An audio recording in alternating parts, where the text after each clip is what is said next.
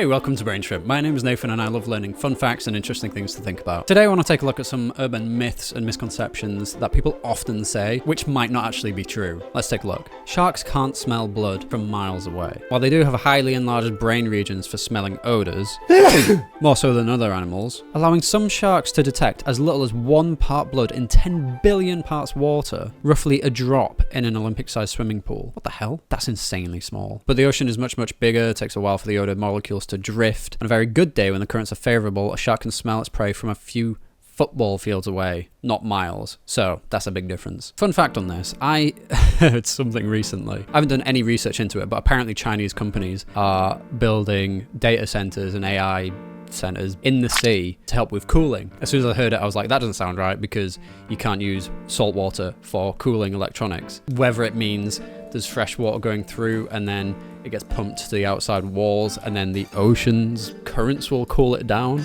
I don't know. But when the person told me this, they were saying it's a problem because it's going to raise ocean temperatures because of the data centers in the water radiating heat outwards into the ocean. I was like, do you know how massive the ocean is and how hard it is to warm up water? They say that was going to raise the water temperatures by like 2 degrees or something. I'm assuming they meant in the local vicinity, because I'm sure 10 meters away, 2 degrees, you wouldn't even feel it. And in terms of warming up the ocean by any considerable amount, not going to happen. The thing that will warm it up more is all the electric use from the data centers, you know, fossil fuels being burnt to create electricity, greenhouse effect, blah, blah, blah. We all agree climate change is real here. But I think people typically do underestimate how massive the ocean is. Someone else was once talking to me about how they thought all the sunken ships across, you know, the thousands and thousands of years of naval travel that we've had, they thought that's probably part of the reason why ocean levels have risen, because of the displacement of putting that stuff in the water, you know, collectively rising up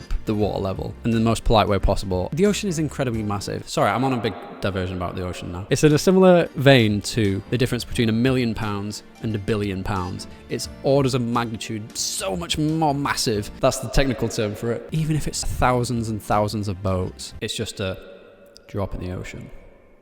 Plus, stuff is leaving the ocean often, and the size of a ship in comparison to the volume of how much water is in the ocean is I mean, it's no individual's fault, but this is one thing that bothers me, is just I wish people had a better grasp on. It's not even common sense, but just scales. Speaking of scales, coming right back down to the shark thing. That's interesting. I thought maybe they could smell us for miles. But I guess if you're bleeding more than 1 part in 10 billion parts water, maybe they could smell you from miles away? I don't know. Bats aren't blind. Many of them use echolocation to navigate. All of them can see. Does that mean not all of them use echolocation? Because I thought all of them would. Let's find out. What the f***?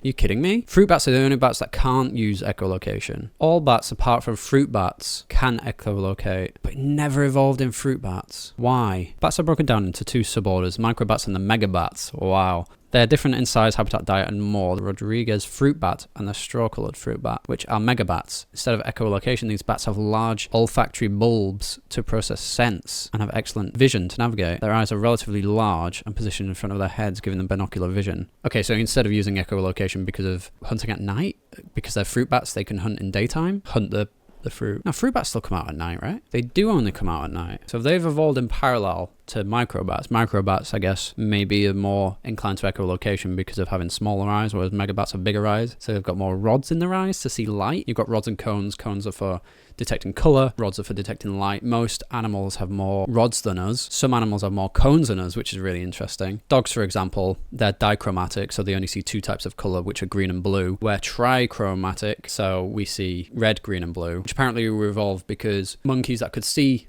red and other colours more distinctly could hunt their fruit a lot better than monkeys that couldn't see reds, for example. They couldn't see berries, etc. But most mammals never developed that because a lot of them just eat grass or other animals. So this is why a tiger looks ridiculous to us as camouflage, because it's bright orange, but the prey that tigers hunt can only see it as green. So I'll show you a picture here. So here you've got what we see. Obviously we're like, well, that's orange, I'm obviously going to see that. But anything that tigers hunt, see this. So it's a lot harder. If it's not moving, obviously it's a lot harder to see, which is also kind of crazy because you think of like the things that we can't see, which other animals can see. For example, a lot of birds, dichromats, trichromats, quadchromats, they have 4 types of cones in their eyes to see different colour. A lot of birds and some insects can see in UV. So that opens a whole new world to them of things that we can't see. So stuff like this, like we might find it hard to spot like a starling in a tree because they're brown, the tree's brown. To other starlings who can see in UV because of the way it reflects off their feathers, and they've got the cones in their eyes to see it, they'll see this stuff. Supposedly bees have the same thing, so we'd see a nice, beautiful like red, yellow, white flower, but because bees can see in UV, they see all these different patterns, and supposedly these can help them navigate to where the pollen is. Kind of like an airport guy, with the light up things, letting the planes down onto the runway. So look, that's what we see, but they see white and then red. I was like, hey, that's the pollen. Whoa, look at that one. That's like a whole, oh my God, that's crazy. That's like a whole sky. Yeah. That's like the night sky with like a galaxy. Wow. That is incredible. So yeah, I guess the brightest part reflects more UV. So it's like, hey, that's where the juice is. Holy Jesus Christ. Look at that. Oh, I wish I was a bee now. Imagine seeing the world like that. Going through a meadow and seeing all these like lit up sparkly flowers. Holy moly. Wow. And they're not even the craziest ones. Yeah, they have 4 types of cones in their eyes. But certain animals, the mantis shrimp being one of them, has 12 cones in their eyes. So they can see other things. I think they can see infrared. They could probably see UV. They could probably see a more defined spectrum of the visible light that we can see as well. So they can easily more pick out certain colours. And mantis shrimp themselves look insane. I hate crustaceans. They really freak me out. I've got a bit of a phobia of crustaceans. Like they knock me sick. Just something about them, their alien appearance, the crunchiness of them, they just don't sit right with me. But look at this. The colours are insane. Can you imagine being a mantis shrimp, seeing another mantis shrimp? I would love that so much. Mantis shrimp under UV. Oh, well that's horrific. They don't look as nice under UV. That looks like a H.P. Lovecraft kind of creature. Okay, I might have changed my mind. But look at that. That's so incredible. Anyway, sorry, that was a big detour, but I was just so excited to share that because that stuff blows my mind. Long story short, fruit bats, big eyes, more rods, can see better at night, so I don't need echolocation. Apparently goldfish have pretty good memories. A 15-year-old schoolboy debunked that theory by only feeding them next to a piece of red Lego. At first they were wary, but in the end of 3 weeks they were going towards the Lego